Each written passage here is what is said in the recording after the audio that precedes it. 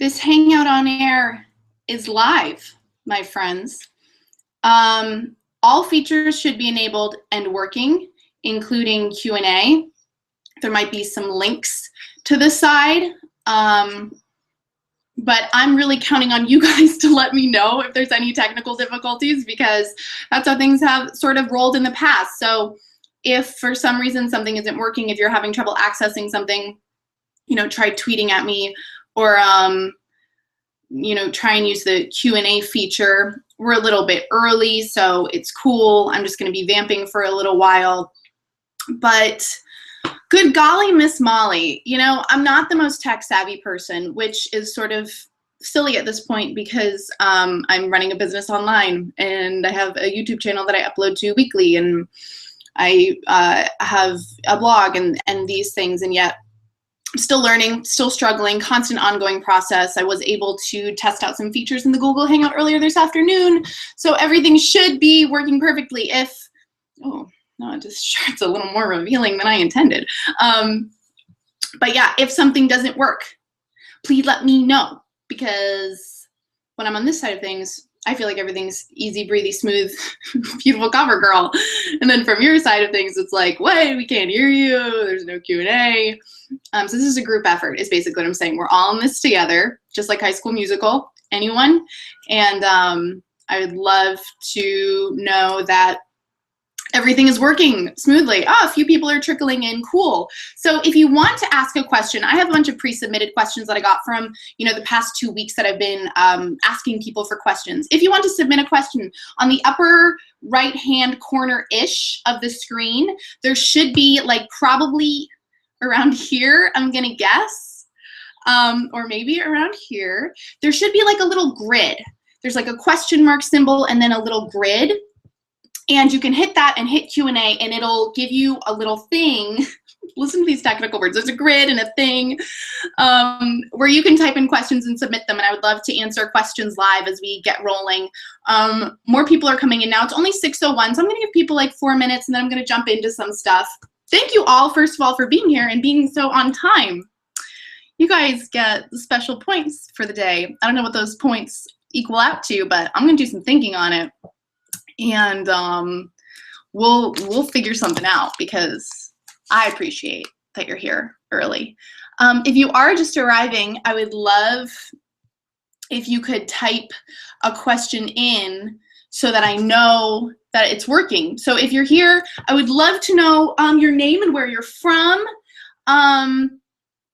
My community, as much as it's grown a lot, it's still Tara. First of all, okay, so Tara just said, I hear you fine. Etta, hello, beautiful, gorgeous. Kisses to you. Tara, I was just gonna say, you have the fiercest icon I've ever seen. It's really small right now, so I'm not 100% sure, but I know I've looked at it before and been like, what is that? How cool is that? Thank you guys for letting me know that the Q&A is working. Thank you guys for joining me, especially those of you who I know are overseas or in weird time zones. My gosh, this is not the most convenient time frame with my schedule. This is what works right now. But I'm so happy that you guys are here and everyone's like, yay, hi Nancy. Ursin, I'm probably pronouncing that incorrectly, and I apologize if that happens. So there's a slight delay on the feed, I've learned. You guys are probably seeing things 20 seconds after I'm saying them. So type a question in as soon as it comes to your mind if there's something that you want answered. And I will have it, and I can kind of log it and keep track of things. Like I said in my video this morning, we're scheduled to go till 7. I have a lot of time this evening for this because a lot has been building up to this. So, as far as I can see it, I want to go for as long as possible. I want to get through as many questions as I can. This is more than anything else. It's just a thank you to you guys for being so unbelievably supportive of my online content and my work. And also just want to say thank you for sharing such thoughtful, in some cases very vulnerable and interesting, provocative questions.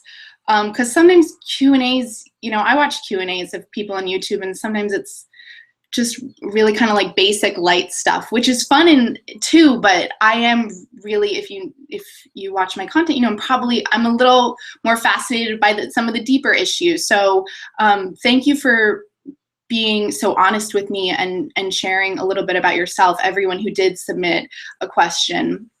Wow, so people are telling me where they're from, so I'm gonna just rattle a few off. Konstantina is with us from Greece. Hi, thank you so much for coming. Oh, Hi C, I don't know how to pronounce your name. Hi C is from Doha, Qatar. It's 1 a.m. All the points for you. Goodness gracious, go to sleep. You can watch the recording tomorrow. Seriously, I'm so happy that you're awake and that you're here. That is so cool. Brandy from New York, not from New York, I don't know why I said that. I lived in New York for a long time. South Carolina, Florida is being represented. Nigel, my man from the UK, what's up? Oh, from Canada. This is just Noelle from Hong Kong. How badass are you guys? So many people from all over the place. And this is what I want to point out that's just extra cool before kind of diving into the Q&A, because that's the main meat of what this is all about, and this is for you guys. You know, what I create on the internet is so much based off of, well, it's based off of, in some ways, it's inspired by experiences, I would say, in my own life. Loosely inspired, most things. I don't want people to think I'm actually gone through all these various scenarios and things that I talk about online. But, you know, things that I've seen friends go through, conversations I've had with loved ones and just other women and clients and best gal pals. And how cool is it, you know, that I am here in the United States, in the Northeast, very specifically. And I think it's so amazing that the messages and what I share and talk about with such just my whole heart, like I just believe so much in everything that I share with all of you. To know that it has such a global reach, actually, I can't comprehend that. So let's all just recognize that for a moment, that however, you know, individual we feel our problems are, however alone we feel in them, whatever we're going through, that we are so sure we're the only person who's ever gone through that. No one else in the world can know this pain. There are people all over the world who connect with and could understand your pain. And me sharing, you know, sometimes humorously, sometimes not so much, some of the less than fun things that we go through in our lives, romantically or otherwise, and having the reach that my channel now has really confirms that we're so much less alone than we think we are. And I think that that's a big takeaway. So with that said, with that little like heartwarming la-di-da thing, let's jump into some questions a little bit. I don't want to waste anybody's time. I want to get through as many questions as possible. So I'm going to be, anyone who was here, I ended up doing like an alternative live stream, which didn't link to my YouTube channel. It linked to another Gmail account that I have. Too much information, you don't really care. But for anyone who came for that, I might be answering some repeat questions, just because I want whoever asks questions to get the answers. And I know that getting that link out after the whole microphone debacle, microphone gate, was really hard. So if you're hearing answers for the second time, I apologize. I'll probably say some different things. Maybe it'll be really interesting or different. You don't have to. Also, yeah, so if people want to submit questions really quick, doesn't have to be about relationships, could be. I will say I received actually a surprising number of questions about coaching and how I got into coaching, and how someone else might get into coaching if you're interested in it. I'm really passionate and interested in talking about that. I'm not going to go too in depth here just because, I have so much I could say on it, but I am planning to do like an email blog post on my website with some more specific information of that. So if you're interested in learning more about coaching, what I do with coaching, you can either email me directly or subscribe to amyyoungcoaching.com, and then you'll get the email when it comes out. So, you know, just because it was more than I expected it, but it was a specific like handful of people. And yeah, so if I don't go really far into that, then that's why. Overview, coaching is a real profession. Like it's, I think a lot of the times, people think that coaching is just like, you can just set up shop and just be like, I'm a coach. And that's true. Like anyone on the internet kind of can set up shop and say I'm a coach. But I went through training and am with the Coaches Training Institute. That's like one resource that you can look up if you are interested in coaching, and loved the program. And there are specific coaching schools out there. There's a whole ton of them. Like if you Google them, you can find, and you just want to make sure if you want to get certified as a coach to get something that is ICF certified. So there I go being like, oh, I'm not even going to talk about this. And then I talk about it. Oh, so many good questions already rolling in. Love it. All right. So 6:10. Here goes nothing. Also, I just realized I kind of have to say, what's up, buttercups? What's going on? I'm so happy to be talking to you live over the internet, because this just feels like it's been a long time coming. And it means so much to me that so many of you are here, and whoever's watching over on YouTube, so much love from me to you. Okay, Q&A, here we go.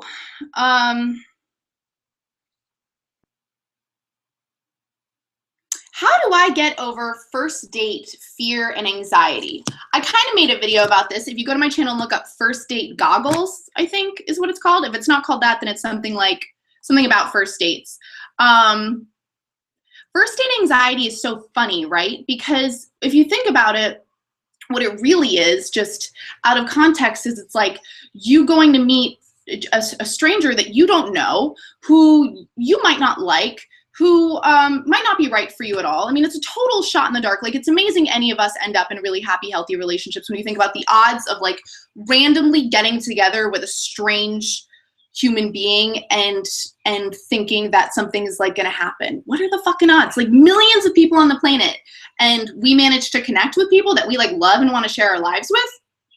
So getting over first date anxiety, for me, and what I share with clients and people usually is really look at what's actually going on. So this isn't actually about you getting anyone to like you, making a good first impression, figuring out if you're relationship compatible, figuring out, you know, do we want the same things? First date is like, are we two humans who can talk to each other?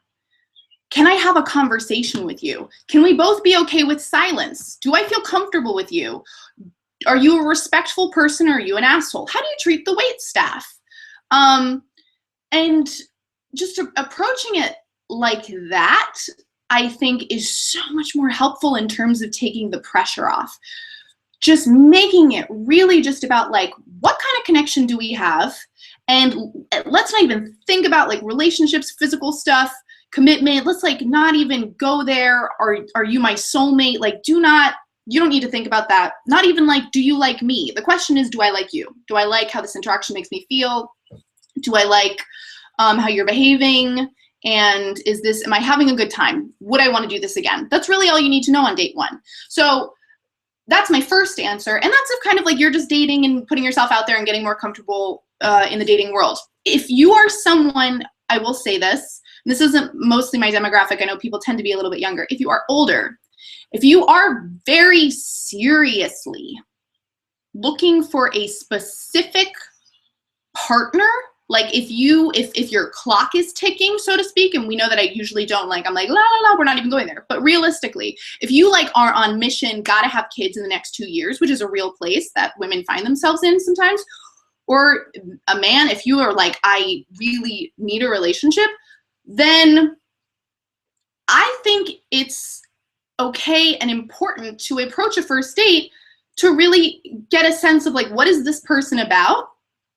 And what do they want? And do what they want match what I want? And this is like, if you've had enough dilly-dallying around the pond, like if you're really ready to settle down, I don't think the majority if you are there. But what the fuck do I know? That's super, like, what do I know about you? Maybe you're all just like dying to pop out babies, in which case, if that's like your number one priority and you know that, then you need to be, I would be a little bit clear about that up front. If you're older, if that's what you're serious about, like, don't waste your time with anybody.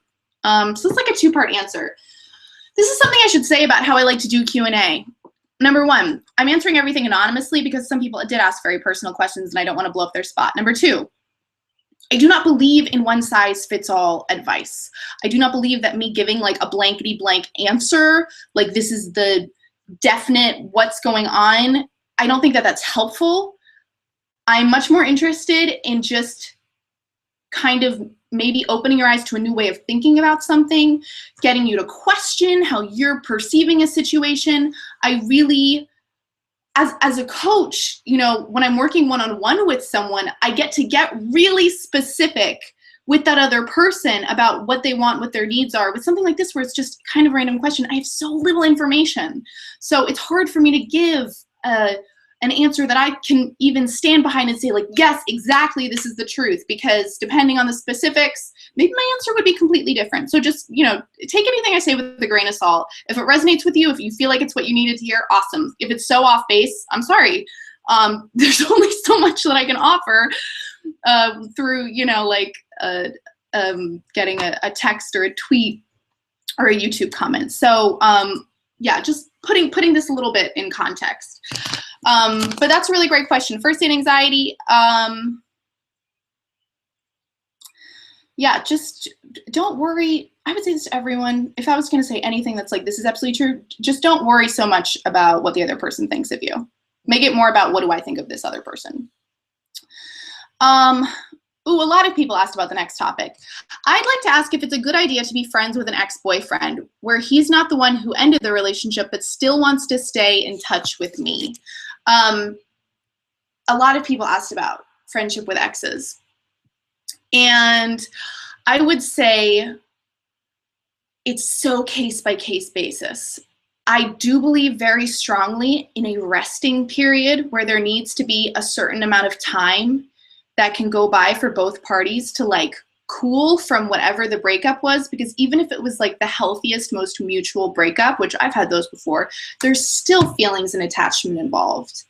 And I think in order to truly be authentic, real friends with someone, you have to be able to look at that ex and say, would I be genuinely happy for you if you met someone else? And that's a really fucking hard headspace to be in. I don't know. Ooh. I'm trying to think about every ex I've had. Some of my exes, I'm happily single and I've made peace with every relationship of mine that has ended. It's really hard to say, yes, I would be genuinely happy. If that makes me like a bad female, then so be it. I'm being really honest. It's hard to look at someone that you shared something really intimate and close with and then see them go on and experience that with someone else. So fucking hard. So if you're thinking about being friends with an ex, I think that's a good test question. I think with this question specifically, where you're saying he's not the one who ended the relationship but still wants to stay in touch with me, I would question the shit out of his motives. Because, and while I don't think it's a good idea post-breakup to make really harsh rules, like we don't talk to each other anymore, you're not allowed to comment on my Facebook, like if you need something, you can't call me anymore, like that's kind of, I mean, everyone needs space, but I also think like it's important to acknowledge that like we just were a really big part of each other's lives. And if I feel like I need to reach out to you sometimes, or if I need support, like I want to, you know, maybe we don't hate each other. So I would like us to be able to act like civil and decent and adult towards one another. But if he's really, if you ended things and you feel like it's the right thing for you and he's really like, no, I want us to be friends, I would proceed with caution just because,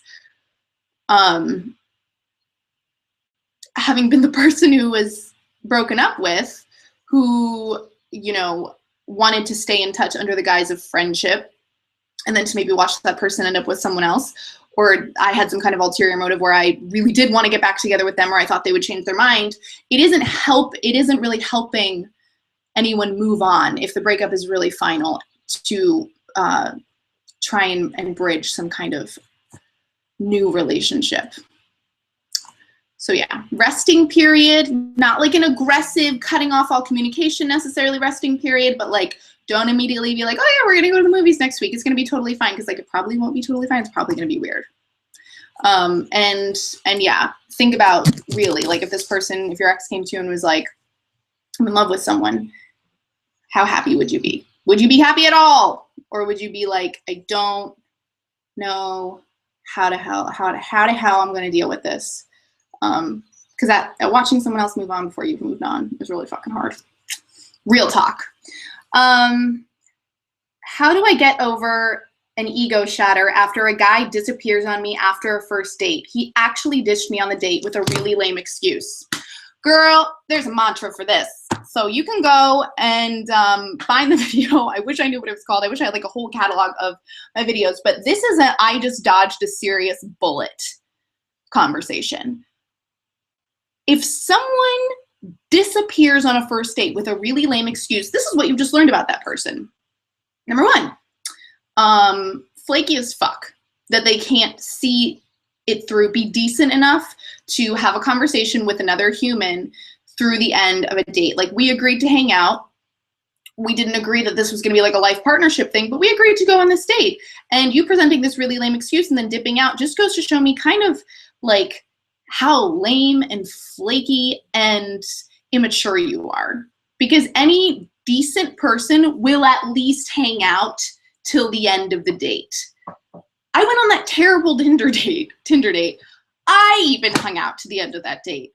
I don't know if that makes me a decent person or an idiot, but I think that how do you get over him? By realizing he's so fucking lame. And also, this is something where I would ask, not to be super harsh in a way, but why is this having such a hold on you? If a complete stranger is rude to you, if he rejects you, and maybe he wasn't a complete stranger, but someone who is not truly near and dear and important in your life rejects you in any kind of way, that can only be painful if you yourself do not necessarily feel confident in your own worth. I really believe that, because if I feel so great about myself and like I can do no wrong, and I really trust in my life process, and I trust in the dating process, and I believe that I'm gonna connect with the right people at the right time and all of this, then someone doing something like that, then I'm just like, oh, okay, on to the next. If it really has a hold on me, then something's wrong. Like something, yes. Am I saying you're wrong and that it hurts? But I'm saying no, like it hurts, but reframe that shit. This guy's a loser. He's not worth this energy. He's not worth the time. You just dodged a serious bullet. Be happy that this happened on date one and that it didn't happen 6 months down the road on your birthday when you didn't show up. Because that's like someone like that, that's inevitably what would happen. But I'm sorry that happened to you. I think it's still super shitty and sucks. Next question. Do you believe in soulmates? And if so, do you think we get more than one? Why is society so obsessed with meeting the one? Does this person even exist? Whoa, multi-layered, deep, powerful question. So I'm going to try and kind of go through this little by little. Do you believe in soulmates? I believe in soulmates in the non-conventional sense. I believe that people enter our lives, platonic relationships, romantic relationships, family members, people come in and out of our lives, I think in many ways to teach us lessons. That's how I choose to look at it, because it just makes me feel better to believe things that way, so that if I have a terrible experience, I could say, okay, what's the lesson here? What did this person come into my life to teach me? And then helps me reclaim my power and create peace from that situation. That's kind of like my little life philosophy. I don't believe in soulmates in like the Prince Charming fairy tale way. I would like to believe that because I think it's a lovely story, and wouldn't that just be wonderful? But not realistic. I believe, yes, soulmates are people who come in to teach you something about yourself, to show you a new way of being, to wake you up to something larger than yourself as a path to enlightenment. I believe relationships are the path to enlightenment. I think relationships down to like you know, someone who's rude to me, who might be a stranger. I wouldn't say that they're a soulmate, but I would say that interaction, that mini relationship, there's a lesson for me there that can bring me to a higher, more intelligent, better place. So I believe in soulmates in the non-conventional sense. Why is society so obsessed with meeting the one? I think it's because it's the best get out of jail free card anyone could ever come up with. Like this idea that no matter how fucked up things are, no matter how fucked up you are, no matter how lost and confused and upset and lonely and screwy things are for you, that there might be this other human who can come in and fix everything. God, do I wish that was true. It's like, it's a fairy tale. I mean, and it's such a compelling one, because then that means we don't have to like take responsibility for our own shit. If another person can just come in and fix everything, you know, like, come on. It would be great if that was the case, but it's so not the case.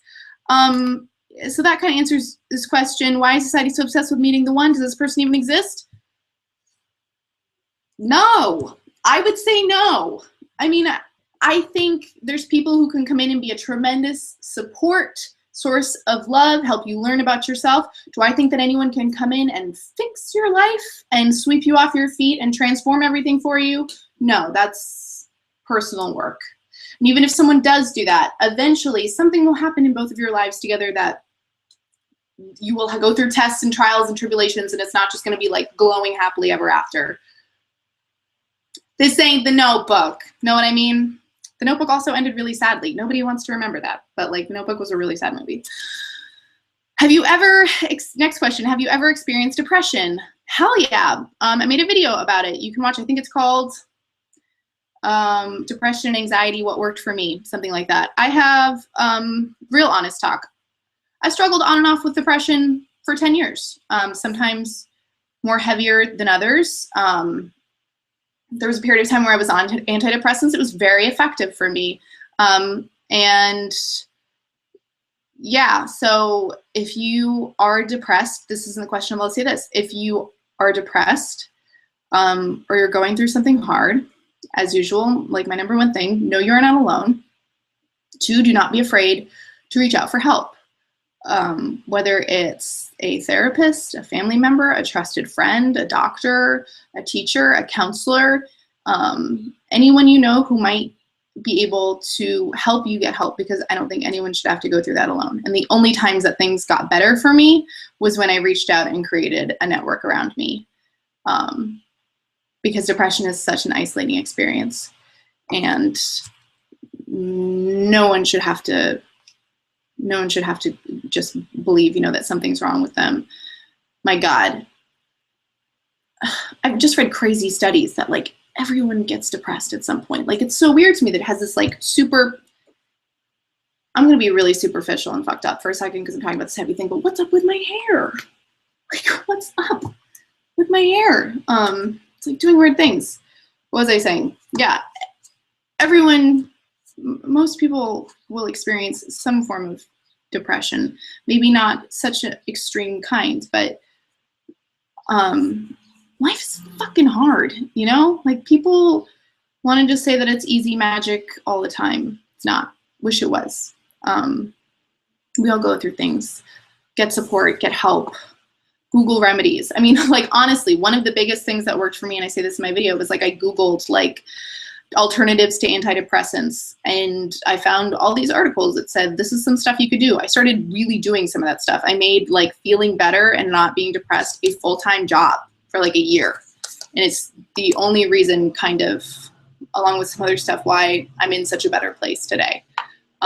So there's a wealth of resources and people and information available to you. Do not give up hope. Do not think you are alone. Next question. I'm going through a breakup and have a question about my ex. He was definitely a different type. I mean, the type that checks out other girls not so discreetly and talks about how other girls are hot casually to me like it was a change in weather. I've never dated a guy like this, and throughout the relationship I felt it bothering me, but never brought it up. We dated almost 5 months. I'm wondering, is this normal? I'm wondering if you're asking if your feelings about it are normal or if his behavior is normal. So number one, I have to say there is no normal. Give up on that now, because especially when it comes to relationships and what people's preferences and wants and needs are, everyone is so different. So for some girls, this might not be a big deal at all. I think for the vast majority of females that I know, that I've worked with and had conversations with around issues like this, it is a big deal. It's really hard sometimes to hear, to have someone be so blatant and obvious in their level of attraction for someone else. For me, no fucking way. Would not be able to deal with it.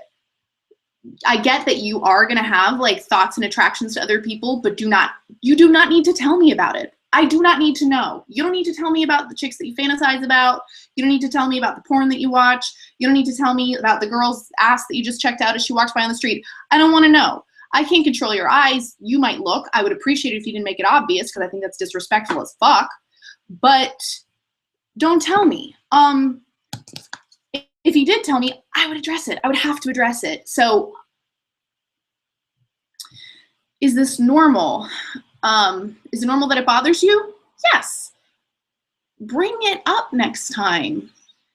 You know, don't ignore your experience because you think maybe you're like the exception to the rule. Like maybe this is just how certain guys are and maybe it should be cool with me. If it bothers you, own it. It bothers you. It's not cool with you. Know why. Like I said, for me, I would feel like it was a kind of a blatant form of disrespect. I would have to make that clear to my partner. If they didn't get it, if they weren't cool with it, we're not a match for each other. Because I would need a guy who like could understand that. What an idiot. I'm just gonna say that. Like totally biased here, but that's just not cool. I don't think that that's cool. Some girls might have no problem with it though. That's the thing. So, but if you have a problem with it, that's all the information you need to know. You need to be able to express that in like a healthy way. And let somebody know, like, you know, when you talk about that, it makes me feel maybe like you're not attracted to me, or it makes me feel bad about myself. Like these are all things that you can say that are okay if you say them. And depending on his reaction, you'll have a much better idea of, are we relationship compatible? Because who the hell wants to deal with that all the time? Next question. I'm always the dumpy in a relationship. I'm getting tired of it. I don't look at a girlfriend as an added bonus, but rather the source of my happiness.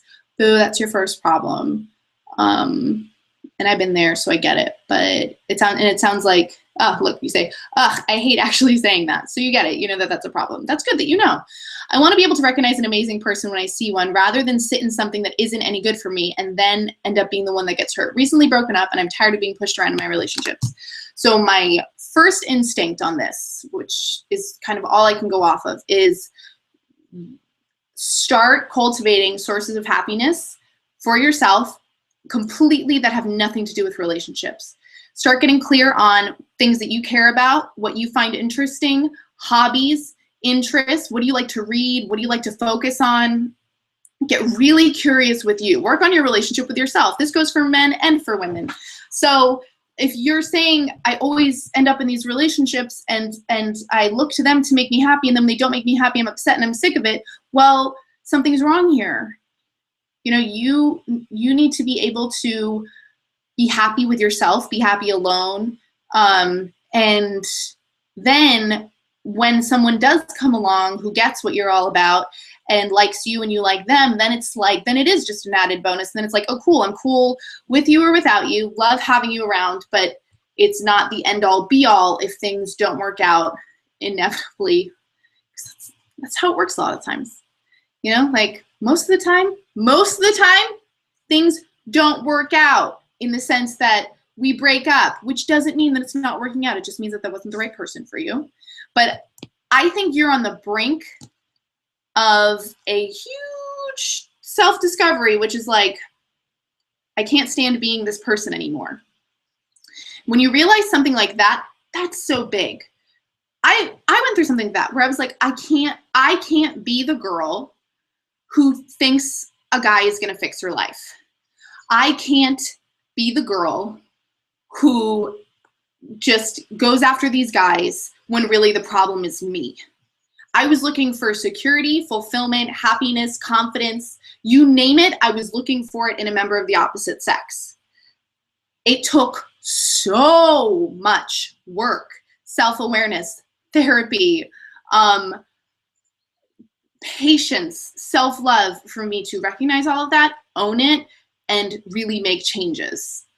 And if I can do it, anyone can do it. I coach around this stuff all the time. So if you want to talk coaching, you can go to my website and submit to coach with me, because I love working. I love going through that journey with people, because it's like the ultimate journey. If you can conquer that, if you can be like, all I need is right here, number one, and then if I get with somebody, cool, but I don't need it, you are so in business. Life is so much better when you can approach relationships that way. To feel fulfilled independently first is just beautiful.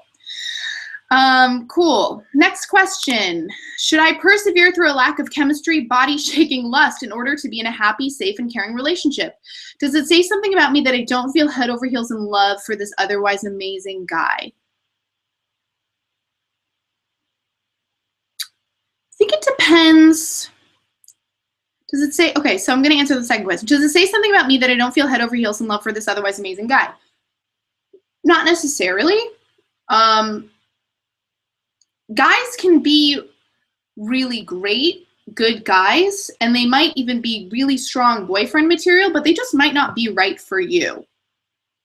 That's okay. Like, that doesn't mean that something's wrong with you.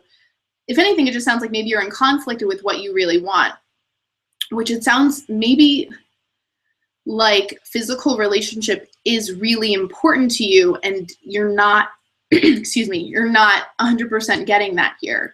So ultimately, it just becomes a question of how important is that to me? Can I talk to my partner about that? Can we work on it together?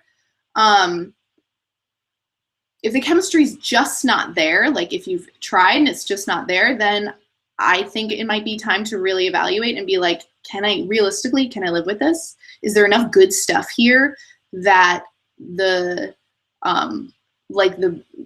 body shaking lust, which I love that you use those words, the absence of that, can I be okay with that? Answer might be yes, answer might be no. I will say this,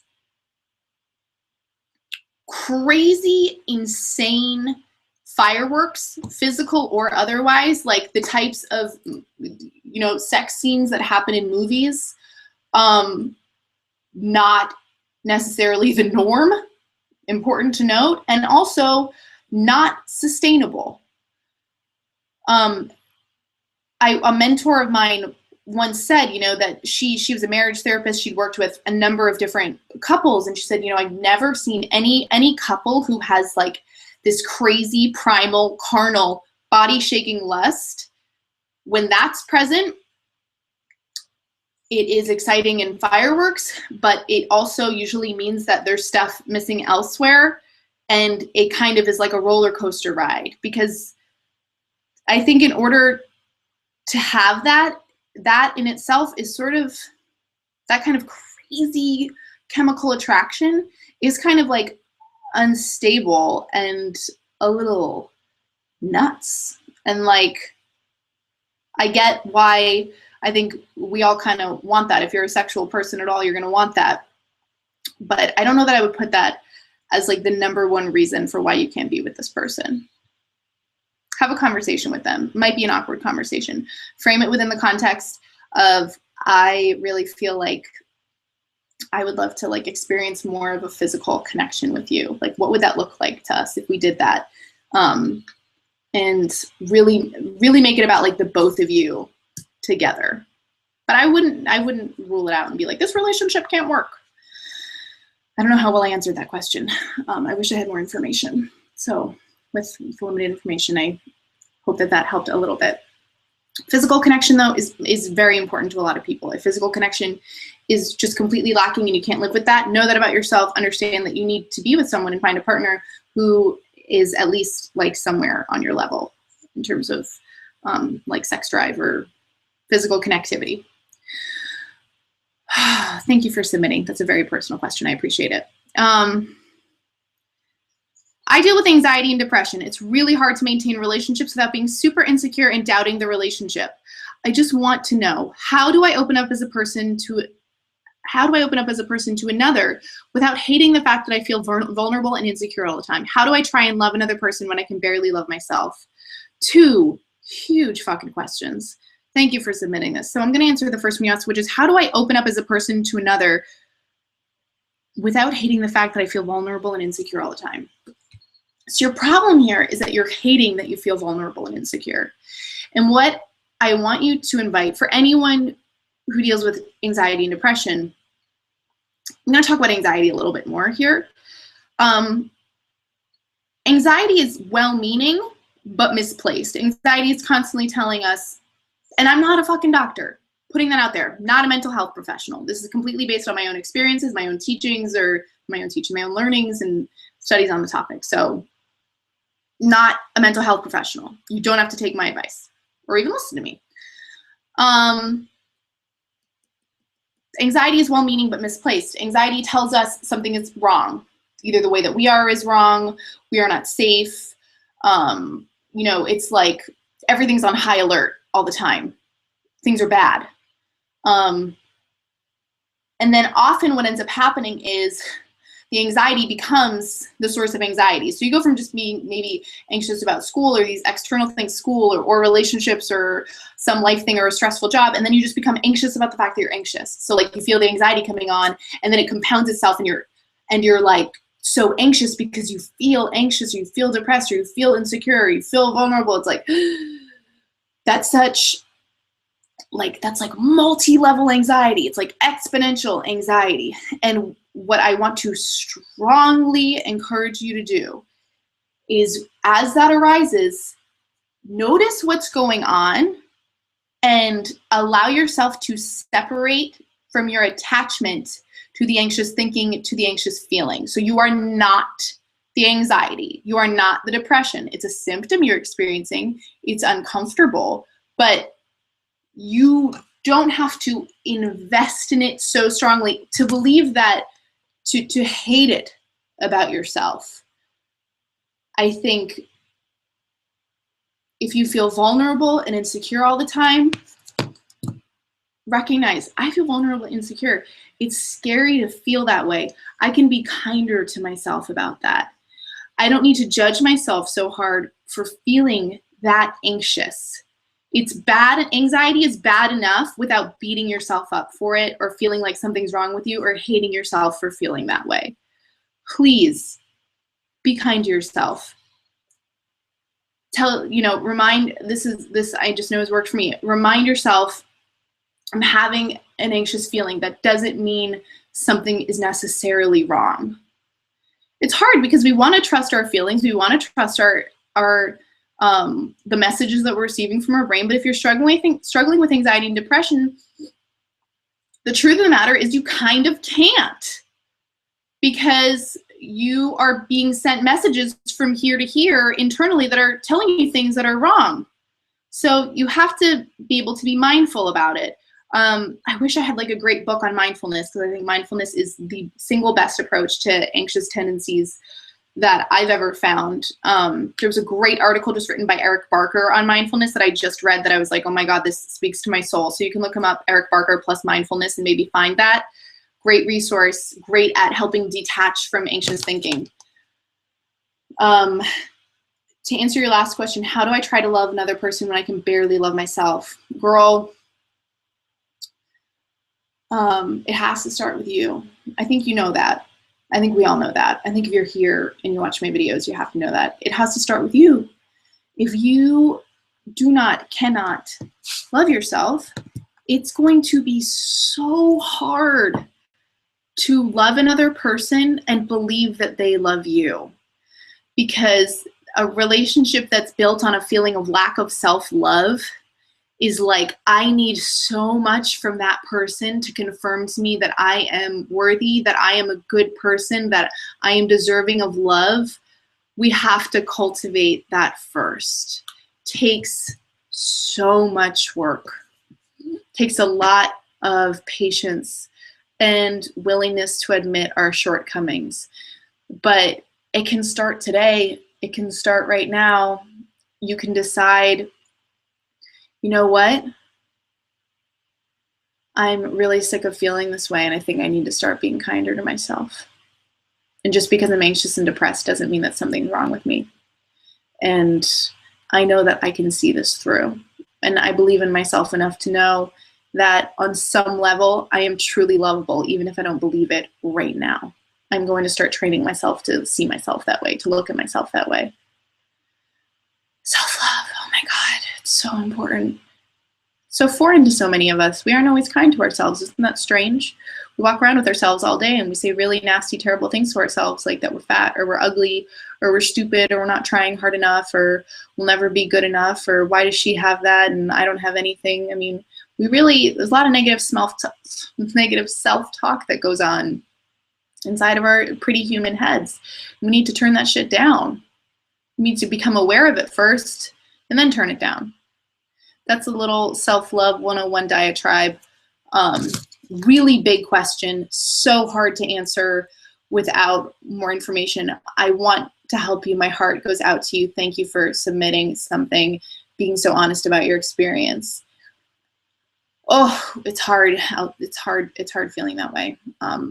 But I really think you can see yourself through that journey. Moving on. Thank you. Take a moment of silence for that. We learned in some of I've gone to like coach training modules when we do we would like applaud, and then if something was sacred or something was like, sometimes it's like something so amazing, like a really amazing acoustic live performance that to clap and cheer after feels weird. So we would do this, which is like tiny, silent, sacred applause. Just looks like little sock puppets. That's what I'm doing right now. Tiny, silent, sacred applause for self-love. How to get over the fact that your best friend is dating your ex-boyfriend who meant the world to you. Should you get over it? I would say you should get over it, because what a way to live, to constantly be in pain that your best friend is dating your ex. That hurts for sure. But that doesn't mean that you get over it in the sense that you are like, it's cool, I'm fine with it, I can keep being best friends with her. Maybe you can't. I'm not huge, this is something about me, not huge on this idea of girl code, because I don't believe in strange rules like that. If a friend of mine sincerely wants to date my ex, let's say that she's a really, really good friend of mine, solid friend. If she wants to date my ex, I think that's my first instinct is that's really weird, because you saw me go through this relationship and you didn't realize until now that you were attracted to him and that you wanted to pursue something. That's strange. But if they were really perfect for each other, I would want to be a big enough human to say, you know what, if you guys are actually meant for each other, if I see your relationship and I get it, and you two have conveyed it to me and expressed it to me in an adult, mature, healthy way, then yeah, that's my job to be you know what? This is not about me, this is about you guys. I want you to be happy, you're my friend, if this is what's right for you. If they're assholes about it, if they're not forthcoming, if they don't consider my feelings in the equation and they just get together and it's oh, Amy, this bothers you, fuck them. Ooh, that's a little aggressive of me to say. But truthfully, as far as I'm concerned, then that person, not a great friend. At that point, I would say, wow, maybe I had you pegged wrong. Maybe I thought I knew you when I didn't, because anyone that I would consider to be my best friend would consider my feelings in the equation and want me to feel comfortable with it and want to be honest with me. So should you get over it for your own sanity? Yes. What is getting over it going to look like to you? I can't really tell that to you. Maybe you need to separate yourself from these two people. Maybe you need to do some really honest inward thinking and say, yep, for the sake of my own sanity, I can move past this. I want to be happy for these people. They seem happy together. Case by case basis, girl. You will figure this out. I'm sorry that happened, though. That's uncomfortable and awful. If the guy that recently cheated on you has been really nice to you, but also has some bad qualities and habits that you knew about, but didn't realize how badly it affected him, should you stay friends with him after the breakup? And if it wouldn't hurt to stay friends, how do you do so when you're still clearly hurt by him cheating and everything he does still affects you? If everything he does still affects you and you're still hurt by the cheating, you should not be friends with this person. Does not sound healthy or happy or fun or good. Sounds like you're still attached to the relationship. And if he has that many bad qualities and habits, that you knew about, but you didn't realize how badly they affected him, well, then good thing that you now realize how badly it affects him. And maybe he's not the person that you thought he was. And, you know, like I said before, do I think friendships with exes are out of the question? No, I'm friends with some exes, but I do think that it's important to take time and space and be like, this is me taking care of me, giving myself the space that I need to reevaluate what the situation is. And if friendship makes sense, that's like one of the biggest things. Does a friendship with this person make sense? Is it easy to defend to the people in your life? Because something like this does not sound easy to defend. Sounds like you're just tempted to participate in something toxic and unhealthy that's not going to make you feel how you want to feel. Give yourself space from this person. I feel strongly about this. I'm having like an instinct on this. I feel like I don't usually like to give like really point blank advice. I kind of said that, but on this, I'm like, no bueno. That's my feeling on that. Oh my gosh, we're coming up on an hour. So many questions. I'm going to go to the live questions in like 6 minutes. And then if I have time, which is like, what does that even mean? Because I'm deciding how much time I have. Sorry, something in my eye. So yeah.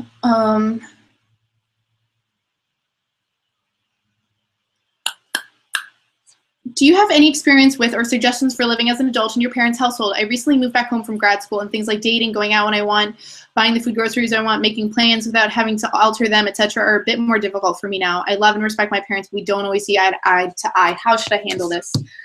I think this is really hard. I do have experience in this, but I don't know. I can't identify completely with the circumstance because I didn't experience like kind of the exact things you're talking about. I understand it's like uncomfortable. It's hard to be an adult and then be back in this relationship that's like where you're the child and regardless of how old you are, your parents kind of always see you that way. I would say I don't think it's ridiculous to talk to them about it and say, this is uncomfortable for me and I want to be really respectful of you and I love you guys. At the same time, like there's some stuff, you know, me being independent is important to me and I feel like I can't be as independent as I want to be. They might be willing to negotiate on some things and you might be able to like have some middle ground, or it might just mean this needs to be a short-term solution. You know, if you really feel like you can't be your fully expressive, independent, bad bitchin' adult self under your parents' roof, then my best advice after talking to them, if you really can't make headway on it and you feel like you're being limited and stymied, I don't know if that's the right word, by the situation, then really think critically about, okay, how do I get out of here? What kind of time frame are we looking like? Because if you can put it in your mind that like you're moving back towards your independence, that's going to be much more comforting than just feeling like this is an unlimited sentence of when I'm going to be in eternal childhood. That's really hard to swallow, right? So yeah, I would talk to them, understand that at the end of the day, kind of truth of the matter, I mean, depending on who your parents are or how your relationship is, you're under their roof. They are providing something wonderful to you. And but I also bet they really want you to be happy.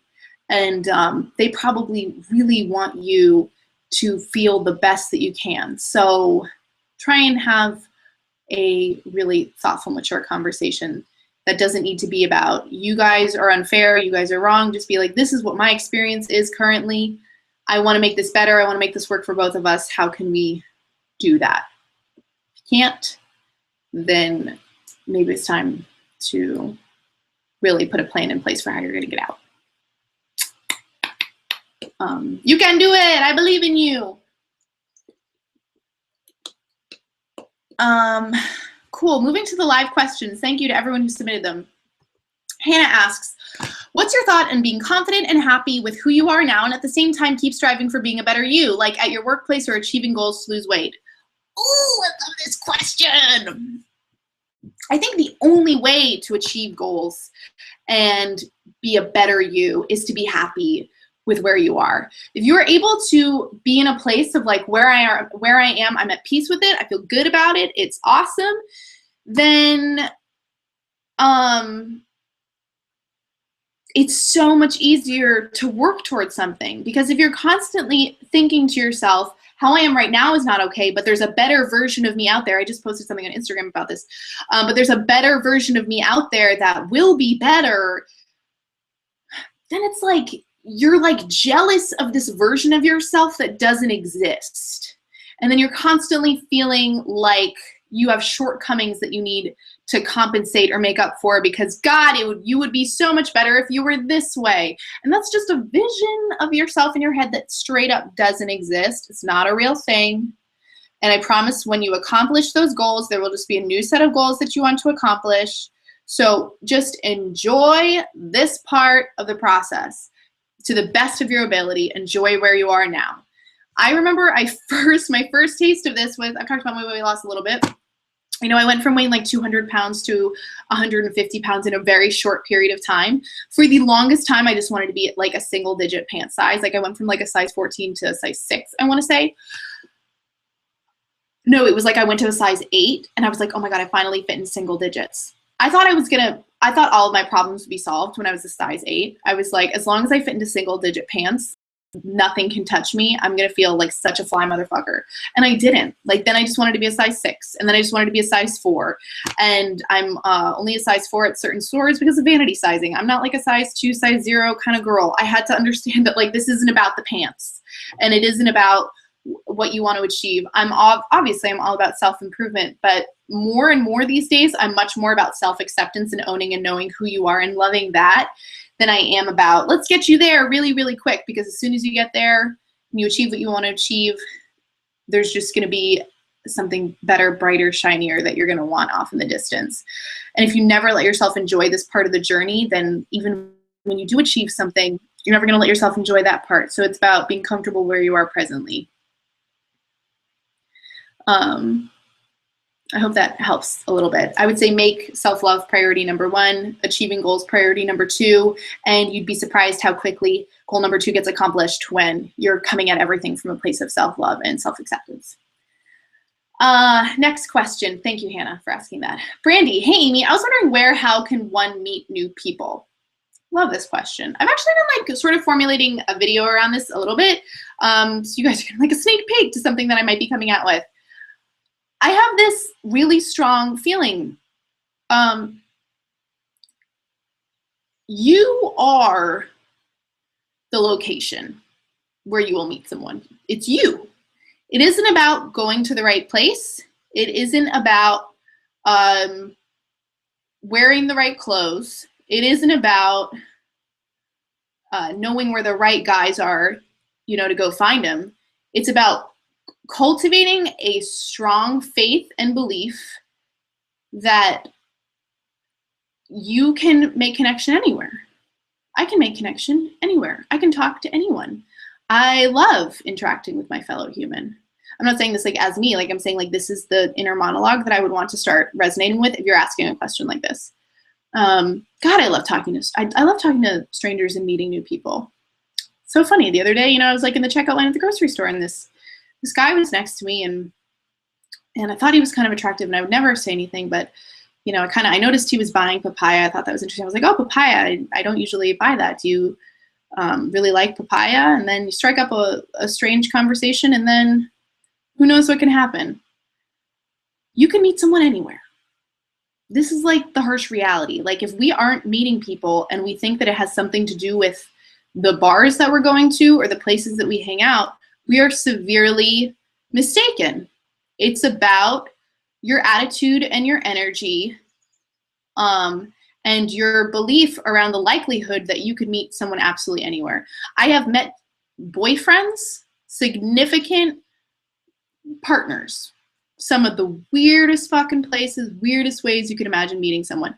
And if you actually, this is something I would encourage anyone to do. Ask couples, like older couples, parents, aunts, uncles, anyone you see a couple who's been married 40 years, ask them how they met. Always weird stories, like so strange. They run the gamut. There is no, you know, this is where you should go to meet people. You are the location, the type of person that you are, and the way that you approach interactions is how you meet people. It's not about the specific place. Brandy, I'm pretty sure that you said you're in New York. So girl, like 8 million humans all over that place. Like, walk outside, there's gonna be a lot of strangers out there. I'm not saying that like you're gonna necessarily meet soulmate number one, like right off the bat, but I am gonna say get in the habit of having conversations with people, getting comfortable talking with people, talking about yourself, not having it be a big deal. I once had a friend describe it to me, it's like getting reps in at the gym. You know, like if you're afraid about approaching someone, think about like, I'm getting reps, just getting used to talking to people, seeing what it's like. And you might be surprised by the types of connections that you establish. Great question.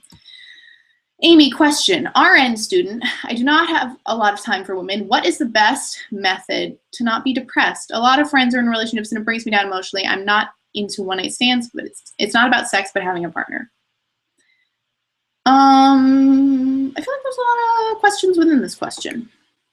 So if you're depressed because a lot of your friends are in relationships and you're single, I would tend to that issue first before finding anyone. This is a case of where it really sounds to me like fulfillment first. If you don't have a lot of time for women, that's very interesting, isn't it? Because whenever people tell me that they don't have time for a relationship and they just like want to be with someone, I mean, relationships do take a certain amount of effort and time. It sounds like you get that. But if that's something that you really want, that's really important to you, then for you to use that as an excuse, I don't have enough time, is like denying what you really want. Because it sounds like you really want an intimate, committed connection with another person. So I totally hear you on being busy and being a student, my God.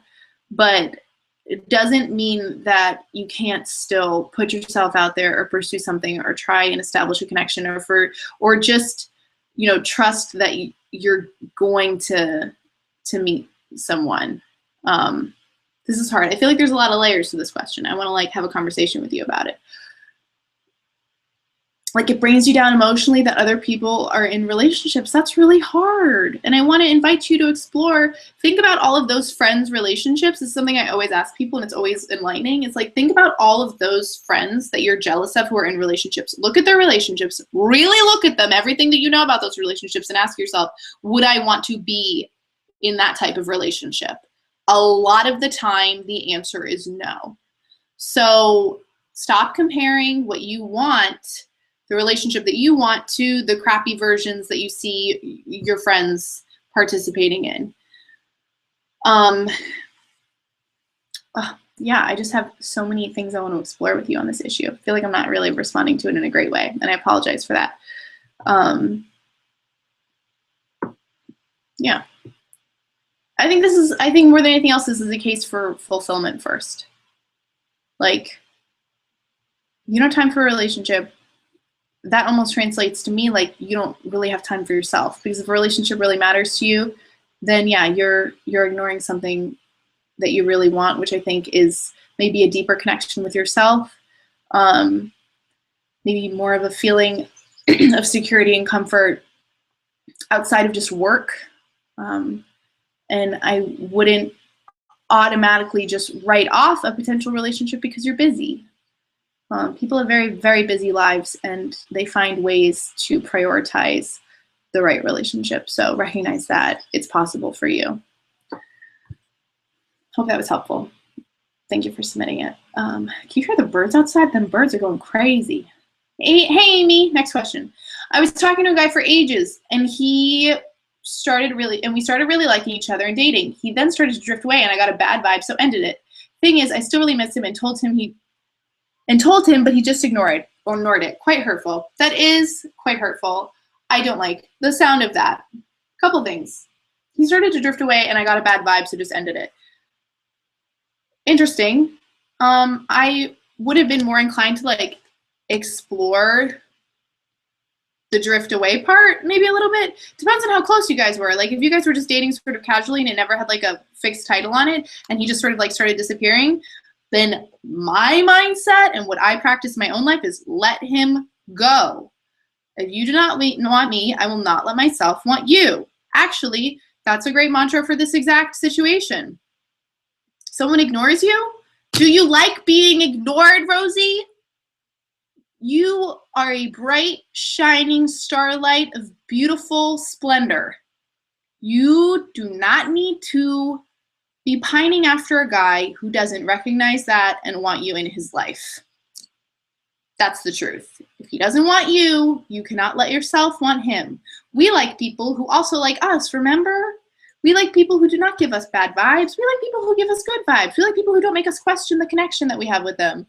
We like relationships and interactions that feel easy and comfortable, where we don't have to like do a lot of guessing games. So yeah, that's what I would say about that. If, you know, being ignored sucks. Like, it's not an easy thing to go through. But if I'm being ignored, it's usually an indicator of like, wow, obviously, yeah, this wasn't the right situation, because if someone really liked me, they wouldn't be ignoring me. And I don't like being ignored, so I'm not going to keep putting myself into a situation where I might be ignored. I would say move on. That's like the overall vibe I'm getting from the situation. Love you lots. Thank you for submitting the question. My boyfriend has become kind of emotionally needy, needing a lot of physical touch and reassurance in order to feel secure. And frankly, it's unattractive. It is pushing me away. I don't know how to deal with it without being too harsh. Any tips? Oof. Wow.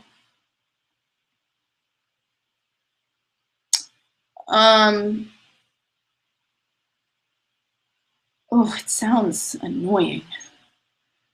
Is that harsh?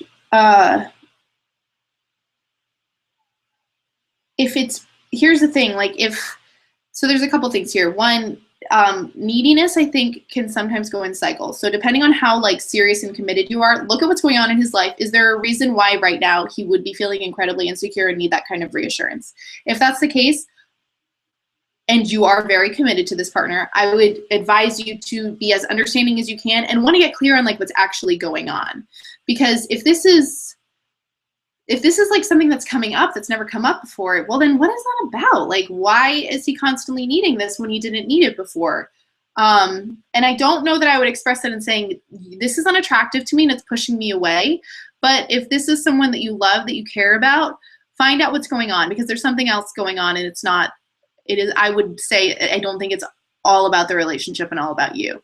Because if it's not addressed, all that's going to happen is he's just going to get needier. You're going to pull away. The more you pull away, the needier he's going to get, because he senses that. And that is like a recipe for failure. That's just like a terrible cycle to get into, where eventually, like, really, I don't think that kind of stuff ends well. So give yourself permission to address it with him in a way that's coming from a place of caring, wanting to resolve it. Yeah, I don't know how to deal with that without being too harsh.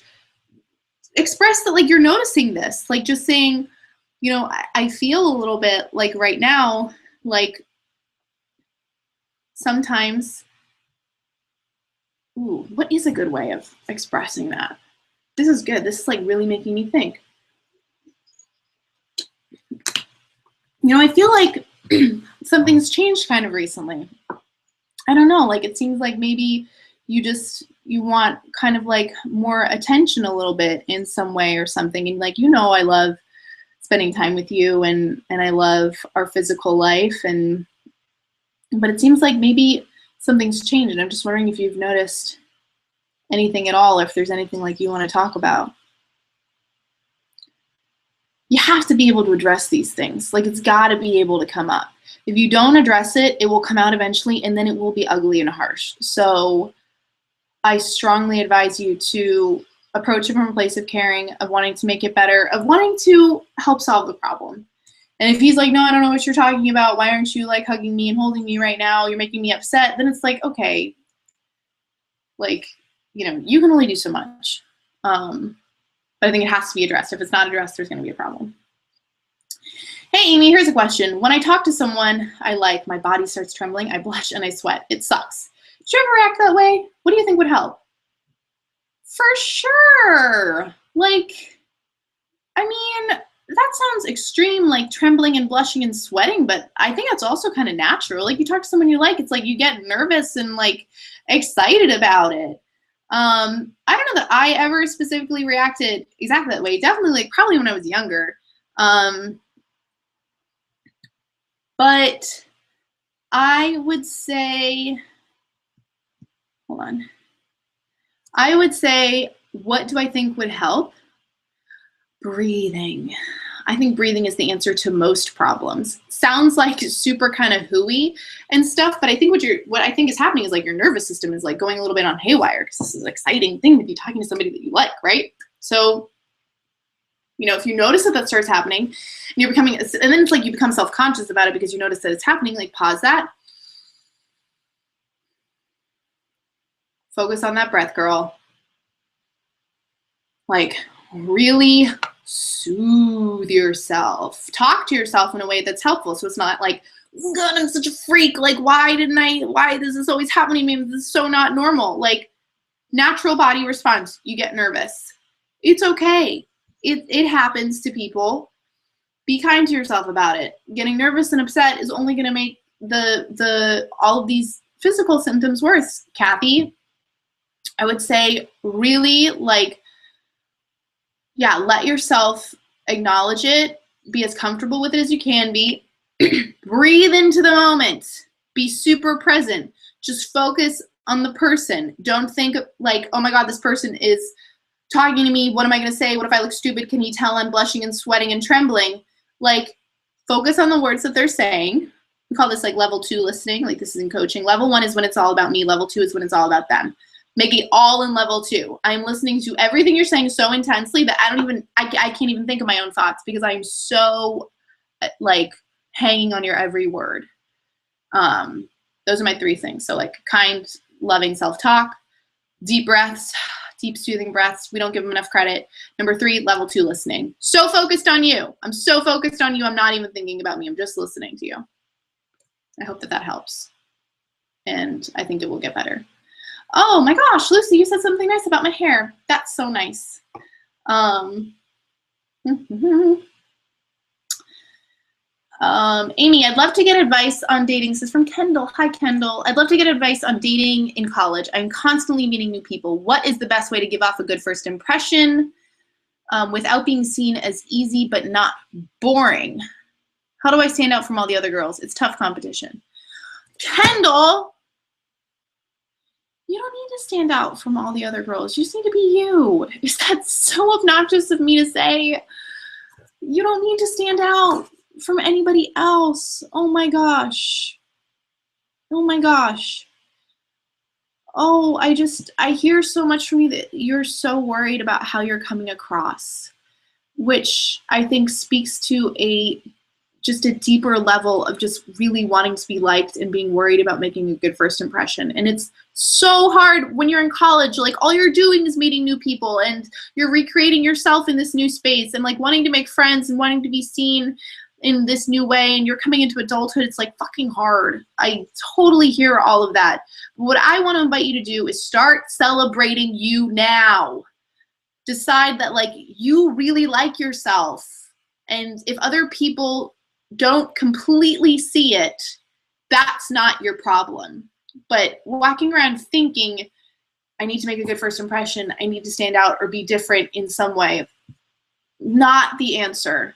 Like the answer I feel so strongly right now is like, own who you are, know who you are right now. It will change. I trust you. College is like dog years. Like you go in one person, you come out another. And then 5 years later, you're a completely different person. But like own who you are right now. What is Kendall all about? What do you like? How do you like interacting with people? Who do you enjoy being? Like without being seen as easy, unless you're getting on your knees and blowing someone first thing, I don't know why anyone would see you that way. Sorry to be crass. That's just how I feel about this right now. Like,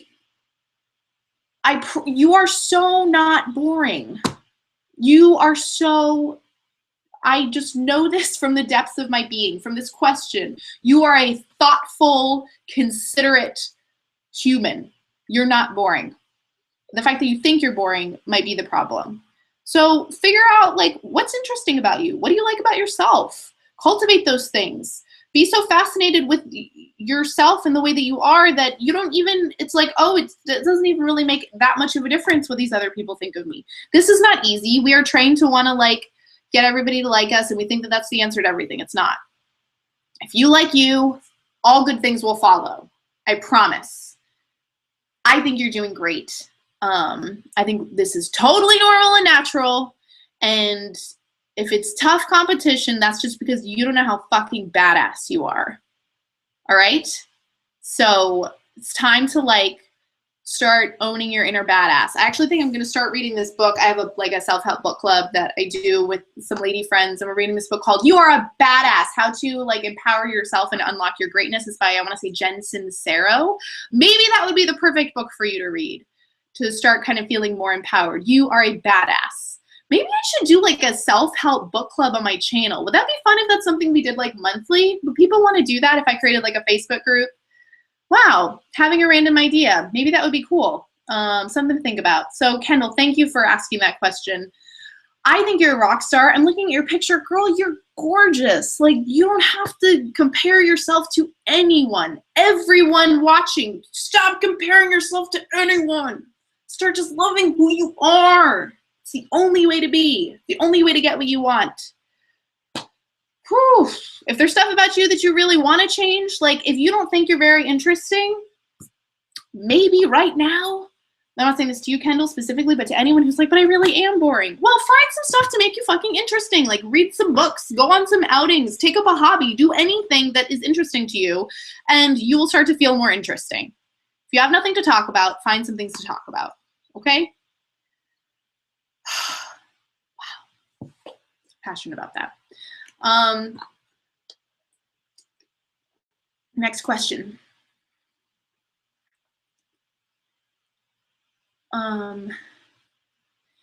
Kat, hi, beautiful. You are my Twitter buddy. Kat like retweets all my stuff. Love her to death. Hey, Amy, what are your top tips for somebody who got out of a long-term relationship ages ago and is over that person but feels stuck in terms of taking those first steps back into dating? Great question. Sounds to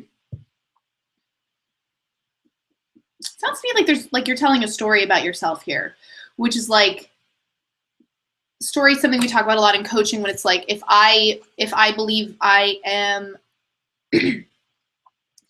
like if I believe, like just use the example, if I think I'm a boring person, if I've had all these experiences in my past that like support that I'm a boring person, it's going to be hard for me to start seeing myself in a new way. So I feel like it sounds like you're kind of looking at the fact that you got out of this long-term relationship, even though it was a long time ago. It sounds like you're still looking at that as like the reason for why it's hard to get back into it. And I would love to open your eyes and invite you to just say, what if I just owned that I want to start putting myself out there, like, and just started experimenting with it. So not saying like the first date that I go on needs to be my next boyfriend, but like, I just want to meet some new people. I want to figure out some like ways that I might go out with friends or might interact with new people or put myself out there. Like, I'm just going to kind of put my single girl hat on. I'm just going to like, even though, you know, I got out of the relationship a long time ago, but I'm really ready to like get back in there, treat it like it's an experiment. Like for the next 2 weeks, I'm going to be single, flirty me. Right? Wear that hat, you know, make the decision. I'm ready to do this, and I'm going to start putting myself out there in small, interesting ways. I'm going to smile at strangers on the train. I'm going to strike up conversation with the guy at the deli. I am going to ask my friends if they have anyone they would like to set me up with.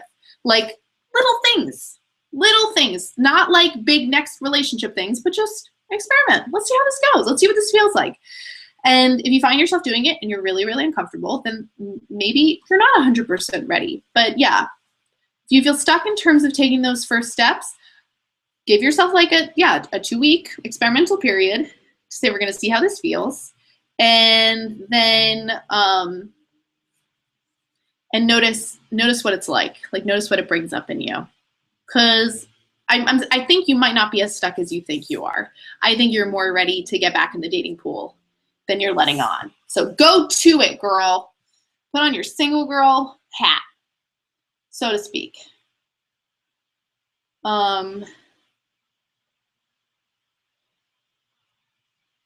Do, do, do, do, do.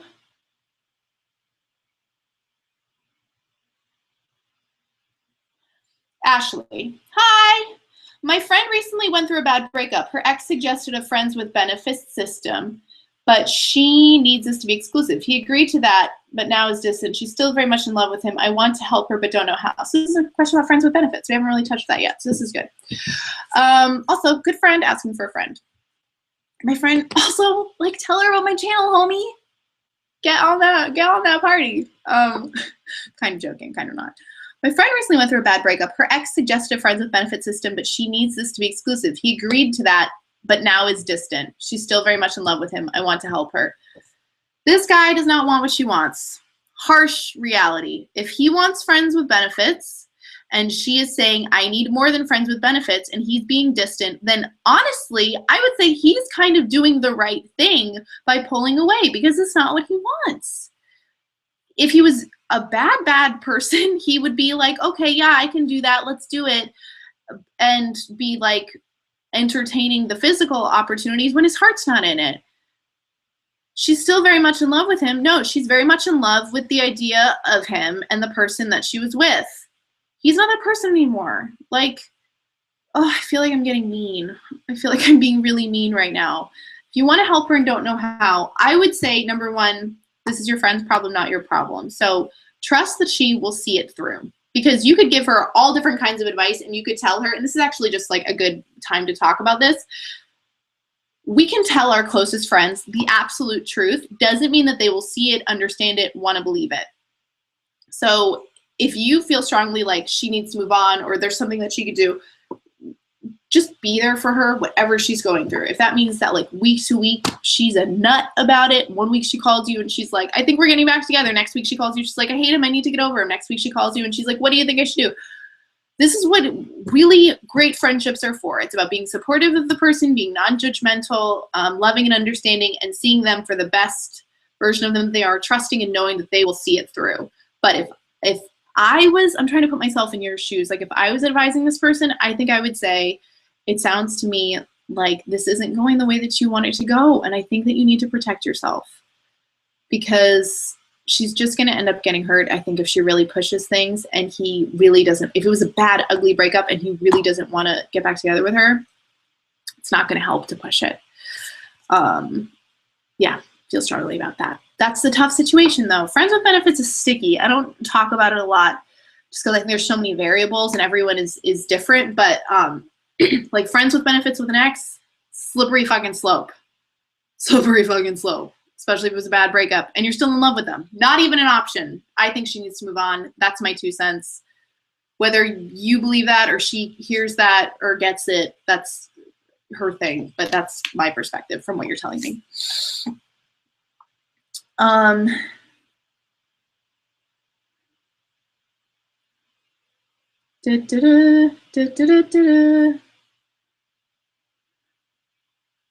How do you break up with a long-term friend who isn't supporting you? That's from Danielle. Tough question. How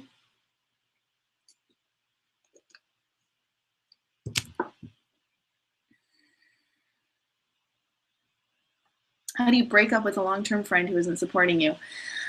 I mean, you know, I've had some friendships that went through really, really hard times, like close friendships. People that I would say at one time were like my best friend, and then for whatever reason, we just did not vibe.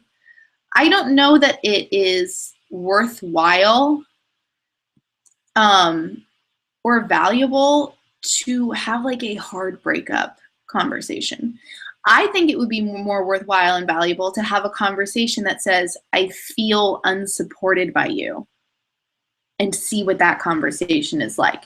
Because I also know that I've had conversations like with friends where we just weren't, I did not feel connected to them. I didn't feel supported by them. I felt like we were at odds. And the only reason that we're still friends now and the relationship's good is because we were able to just talk about it and like be really honest about what our experiences were, and not like, you're a bitch, why aren't you supporting me? But just be really honest about what your experience is.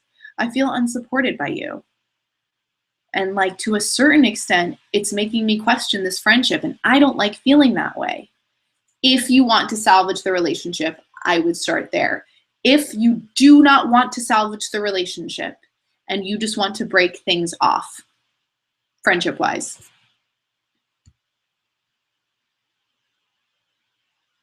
You know, that's hard because it's true. Like, we have this idea that friendship's forever, and sometimes it's really not forever.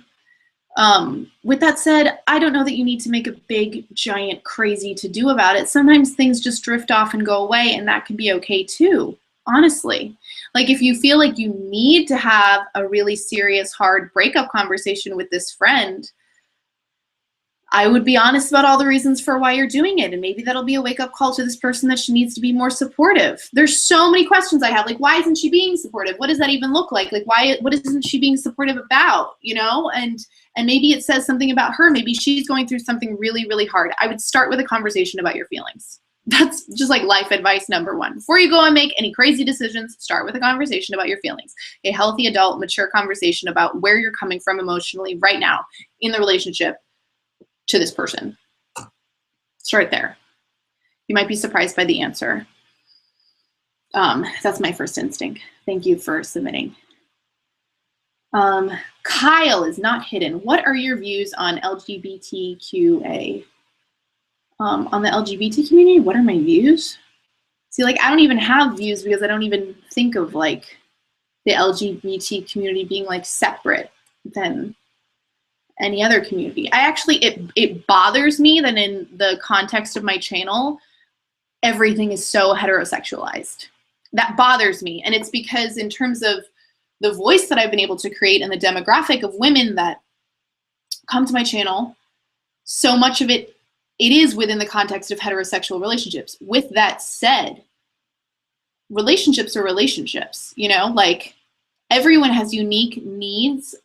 I don't think someone being gay means that they have different needs. I think at the end of the day, everyone wants connection, support, understanding, intimacy, and passion. That's what we all want. What that looks like to each of us is going to be different, but for members of the LGBT QA community, like, just their people, I view everyone as individuals. Like, I don't know. I wish the question was more because, like, what are my views? I love good people. Like, I don't, I definitely support equality. Like, that's a big thing. If that's kind of what you're asking, like, Jesus H, like, do I ever fucking support equality? I grew up in a household and in a town where being gay was like, it was not a thing. It wasn't a big deal. I didn't even really know that there were prejudices and to the LGBT community until like I was probably in high school or something, because it was just so not a part of my vocabulary growing up. So completely support that community, completely support everything that they're about. Love equality, shoot for equality, always. Those are like my immediate points of view. You know, and like, I think, and I'll also just say this, you know, if you look at like the Kinsey scale, which is like the scale that I was rated on in terms of like sexual orientation, very, very few people are like on either end of the spectrum. Like, most people fall somewhere. Like, I think sexuality is a fluid thing. I don't think labels are necessary. I don't think that they are always helpful. I think if it's helpful to a person to identify very strongly with a certain sexual orientation, more fucking power to you. You do what's right for you. If it's not helpful to attach a label and you just, you know what you're attracted to, who you're attracted to in the moment, then own that. You know, but I'm glad that there is, I'm glad that community is getting more rights, more conversation, more representation in media. I think it's important. Thank you for asking that. What a different type of question. Kyle, appreciate it.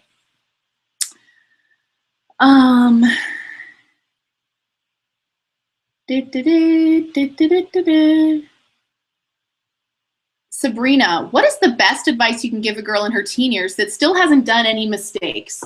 Sabrina, I love this question.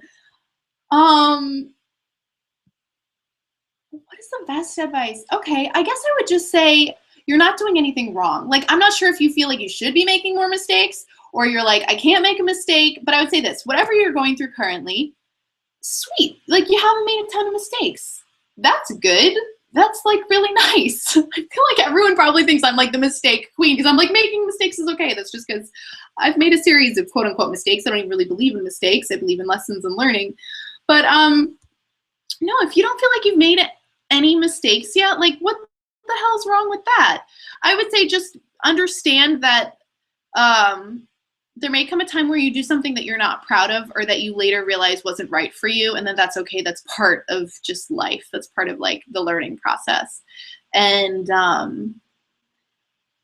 I'm so happy that, you know, you can still connect with my content and maybe look at it kind of like as a cautionary tale so that like maybe you won't have to make so many mistakes. I think it's something that's funny because I think it's something that parents go through so often is like, I don't want you to make the same mistakes that I did. And I feel like every video I did is like a plea, like, please don't make the same mistakes I did. Even though every video isn't necessarily, it's not like about me, but don't feel like you should be making more mistakes or fewer mistakes than you are. You are so on track, and just trust your experience, trust what you're doing, trust that you know what's best for you. That's my best advice. Trust that you know what's best for you. Trust that you are equipped to deal with anything. Beautiful, beautiful, beautiful. Love that.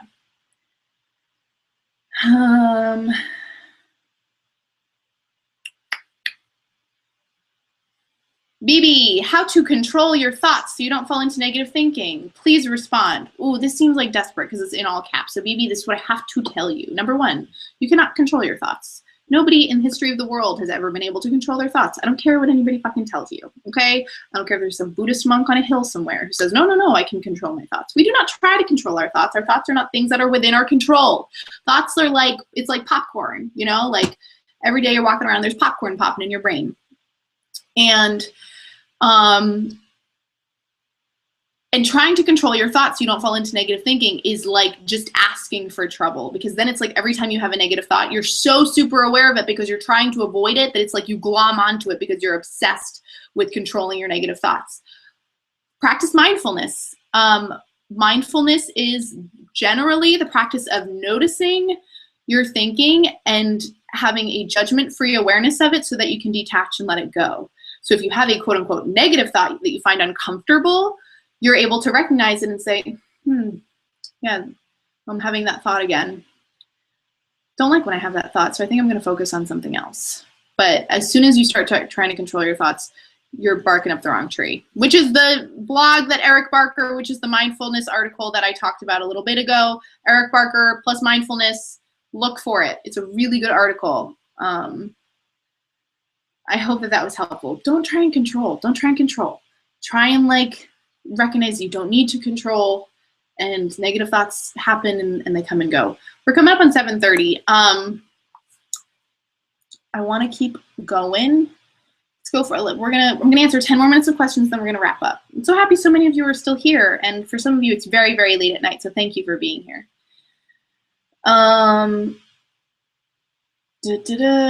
What if you have to experience this alone? Even if I try to ask people for help, they just feel sorry for me. I'm okay with going through this alone, and I can help myself, but how? I wish I knew what you were talking about. I feel like I missed the beginning of this question. What if you have to experience this alone? Do you mean like life? What if you have to experience life alone? Even if I try to ask people for help, they just feel sorry for me. I'm okay with going through this alone, and I can help myself, but how? Oh, I feel like I don't have enough information. I'm sorry. Shahad Khalid, I wish I knew exactly what you were asking about. And I'm worried and upset it might be a language barrier, in which case I feel terrible because I would love to be able to help. I'm gonna flag that one and hopefully come back to it. I'm sorry that I don't feel like I have enough context to give a the answer. Thoughts on different race relationships, sort of similar to, that's from, this is from Paul Hale. I think love is love, man. Love is love. I do think there are certain, like, unfortunately, biases and prejudices and stigmas that do have to be at least recognized if you're participating in a different race relationship, which fucking sucks. Shouldn't be that way. Shouldn't matter. But I do think it's important, and having dated someone outside my race before, I will say there will be people who don't get it. Families might not get it. Does that mean you should not participate? participate in the relationship? Of course not, but something just to be aware of.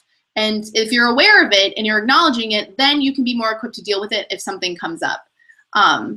But yeah, my thoughts on different race relationships, Jesus Christ, like be with who you want to be with. Like I said before, if you can find somebody, a stranger on this planet that you want to share your time in life with, my God, you better be with that person, yo. Like you better stick with them. Don't let them go. Doesn't matter what race, religion, any of it. Love them hard. Good question.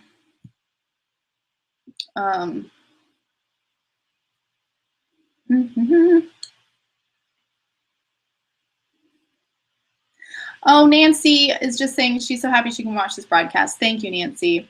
I feel like questions are filtering out.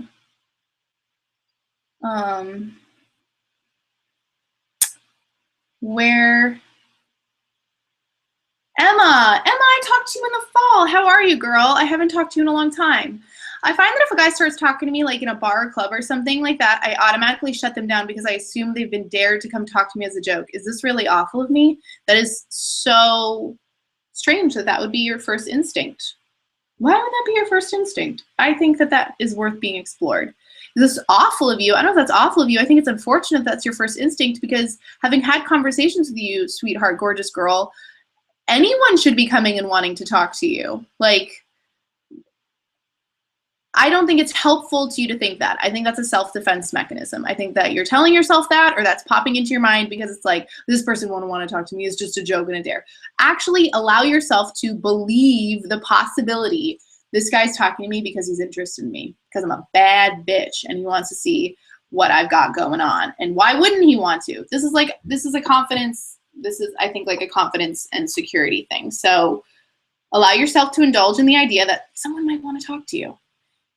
And I'm wondering if like this has happened to you before, which just sounds awful, and that would be really hard to get over, but it's not going to help you to be walking around with that, carrying that around. I hope that was helpful. Adam, my love, how would you advise to deal with the fear of rejection? For example, if there's a really good looking man in a party and I'm just thinking I'm not his level, he wouldn't want to talk to me. This is like a very similar kind of question. Question that thinking. Why is like, what is, talk about mindfulness. Like notice that it's coming up and saying, ooh, like that's an icky thing to think about myself. Why do I think that about myself? Why wouldn't someone want to talk to me? And not just that, but to assume that like you're not on his level, whatever that means. I think is to assume that he is like a superficial guy who's, you know, whatever. If you really feel like he's so out of the realm of possibility in terms of attraction level, give him a little bit more credit, like, and give yourself more credit in the meantime. Attraction is a mysterious thing. It's not all physical. And this sounds to me like it is like a sort of like I was just saying to Emma, like a confidence defense mechanism thing.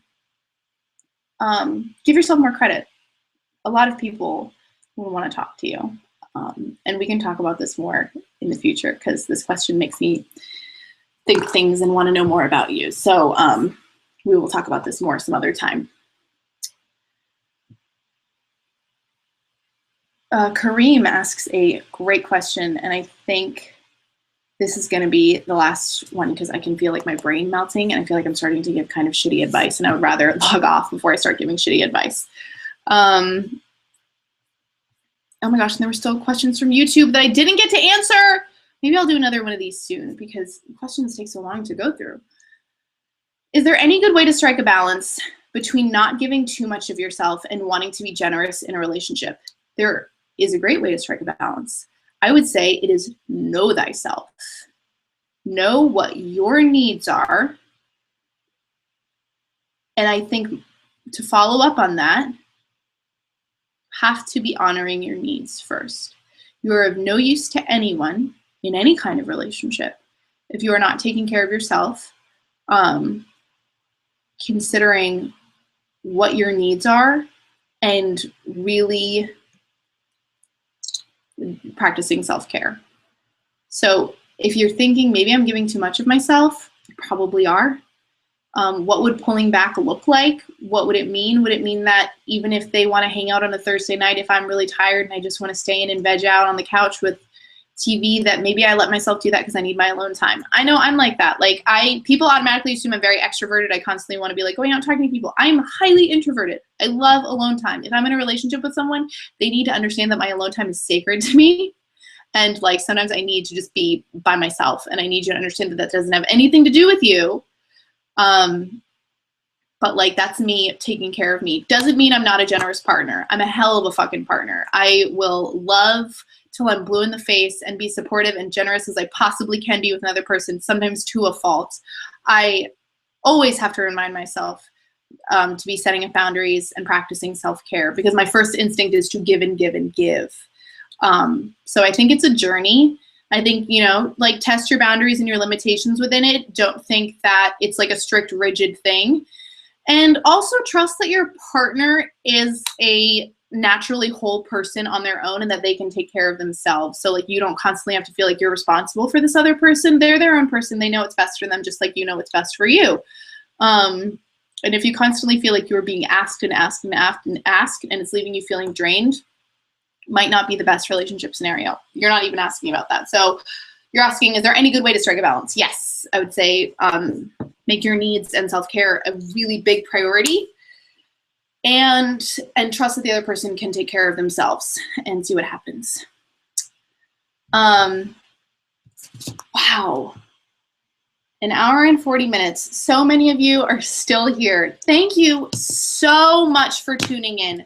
I'm so sorry I didn't get through all the questions. I want to do another live stream ASAP because I have questions written down that I didn't get to. So I will keep you guys posted the next time I can do this. I hope it's shorter distance, shorter time. You know, like I did one of these like 6 months ago, and this was like way too long, longer than that maybe even, of a time to go without hanging out live. You know, it's funny, even though like we don't get to talk, I do feel like we get to connect every week, even just with me putting up a video and getting so many emails and messages. And especially now that the website's up, you know, like getting email correspondence with you and getting to connect on this other medium that feels personal in this different kind of way.